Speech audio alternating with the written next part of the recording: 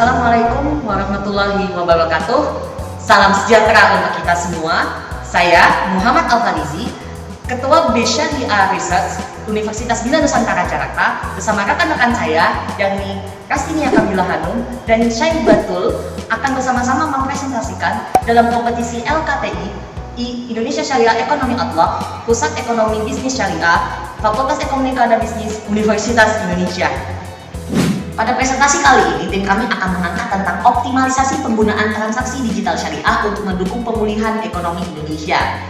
Seperti kita ketahui bersama bahwasannya Indonesia sejak era 2000-an telah memasuki sebuah era digital, di mana semuanya berserba digitalisasi, termasuk ekonomi kita yang sudah berbasis digital. Apalagi pada saat pandemi COVID-19, semua transaksi ekonomi diharapkan menggunakan transaksi non-tunai. Dan disinilah peran ekonomi digital masuk membuat sistem pembayaran berbasis digital.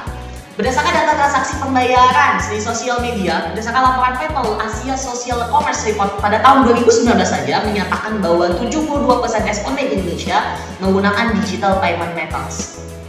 Nah, masyarakat Indonesia sebetulnya sudah terbiasa dengan penggunaan transaksi digital ini karena memang pada dasarnya dari awal era 2000-an ketika era ekonomi digital mulai diterapkan di Indonesia, masyarakat Indonesia sudah terbiasa apalagi dengan kehadiran gadget, laptop, dan berbagai perangkat fitur-fitur lainnya. Nah, di sini peran ekonomi syariah masuk untuk bisa ikut menyukseskan pertumbuhan ekonomi Indonesia. Apalagi pada saat pandemi COVID-19, ekonomi kita sedang naik turunnya. Nah, ekonomi syariah tidak bisa hanya berdiam diri dengan sistem yang konvensional. Dia harus masuk ke era ekonomi digital juga. Nah, salah satu penyukses ekonomi syariah yang berbasis digital yakni adalah Link Aja. Link Aja pada akhir tahun 2019 melaunching layanan syariah Link Aja. Nah, layanan yang ditawarkan yakni ekosistem zifwaf atau zakat infak sodaqah wakaf, lalu berbasiskan pengumpulan dan penyaluran, lalu pemberdayaan ekonomi berbasis masjid. Dan dalam waktu dekat mereka akan menyelenggarakan pelayanan digitalisasi pesantren dan UMKM. Nah, ini sangat membantu sekali investasi dan asuransi syariah dan pembayaran umroh dan haji. Pelanggan Link Aja memang sudah banyak, bahkan ratusan ribu, bahkan jutaan. Akan tetapi yang menjadi masalah di link layanan syariah yakni belum banyaknya minat masyarakat untuk mengaplikasi ke layanan Link Aja Syariah. Inilah yang menjadi fokus bersama kami untuk mencari titik permasalahan dan bagaimana solusinya. Mbak Syaibatul sini. Dekat.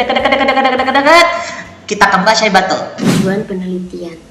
Tujuan penelitian memiliki 3 poin. Yang pertama, mengetahui minat masyarakat terhadap layanan digital syariah melalui aplikasi Link Aja Syariah.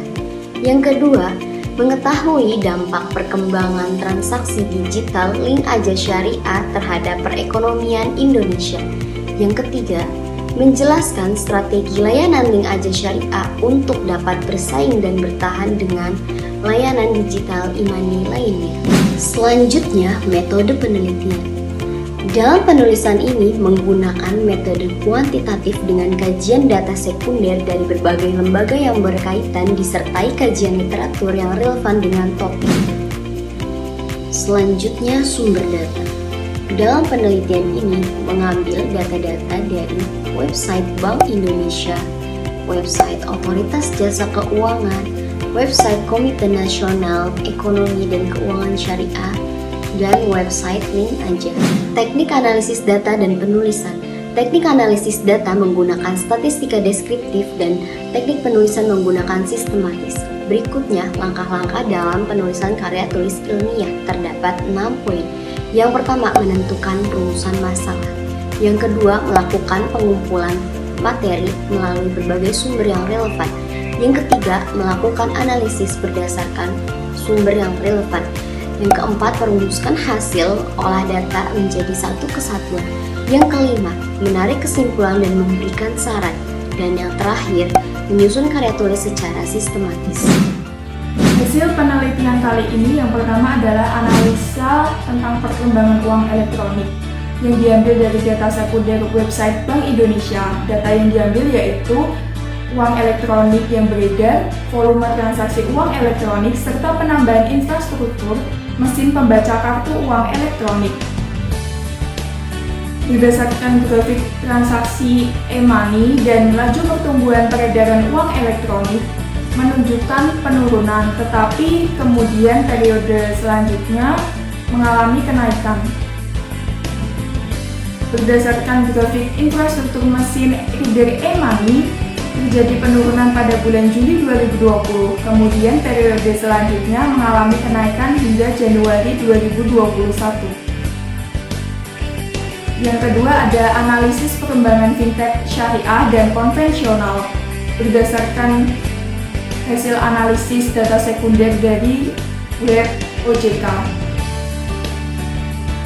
Tabel data jumlah pelaku fintech konvensional dan syariah menunjukkan penurunan. Kemudian data aset fintech syariah juga mengalami penurunan dari Q4 2019 sampai dengan Q2 2020, kemudian Q3 2020 hingga Q4 2020 mengalami kenaikan. Berdasarkan data yang diambil dari situs Link Aja menunjukkan bahwa 97% atau 61 juta pengguna baru telah mengaktifasi Link Aja konvensional, serta 3% atau 1,8 juta pengguna baru telah mengaktifasi layanan Link Aja Syariah. Terima kasih Pak Syaibatul dan Pak Hanum. Berdasarkan dari pemaparan data dan metode penelitian dan pembahasan singkat yang telah disampaikan, kelompok kami telah berkesimpulan bahwasannya volume transaksi e-money di Indonesia mengalami gelombang naik turun karena beberapa kondisi diantaranya kedatangan pandemi COVID-19, kampanye era new normal, dan adanya penerapan PPKM pada awal tahun 2021. Yang kedua, pelaku fintech syariah masih belum dapat seimbang dengan pelaku fintech konvensional. Yang ketiga, nilai aset fintech syariah mengalami perkembangan nilai aset sehingga dapat dikatakan minat masyarakat terhadap fintech syariah meningkat. Lalu yang keempat, Link Aja layanan syariah masih belum optimal di dalam peningkatan jumlah pelanggan teraktivasi karena berbagai faktor, di antaranya faktor kurangnya pengetahuan masyarakat, permasalahan kurang minat, dan ada permasalahan ideologi atau agama. Nah, rekomendasi yang kami berikan yakni pertama, diperlukan kembali pemantauan infrastruktur transaksi layanan Link Aja di berbagai sektor perdagangan agar betul dimanfaatkan optimal. Yang kedua, diperlukan upaya promosi lebih luas baik melalui berbagai media agar masyarakat dapat lebih mengetahui keberadaan Link Aja Syariah. Ini sangat perlu sekali. Yang ketiga, kita perlu memanfaatkan anak-anak muda kita, terutama anak muda muslim dan muslimah kita, agar dapat menyukseskan langkah Link Aja Syariah sebagai bagian dari upaya membangun perekonomian umat Islam pada khususnya dan negara Indonesia pada umumnya melalui Link Aja Syariah. Demikian presentasi kami pada kali ini. Terima kasih. Wassalamualaikum warahmatullahi wabarakatuh.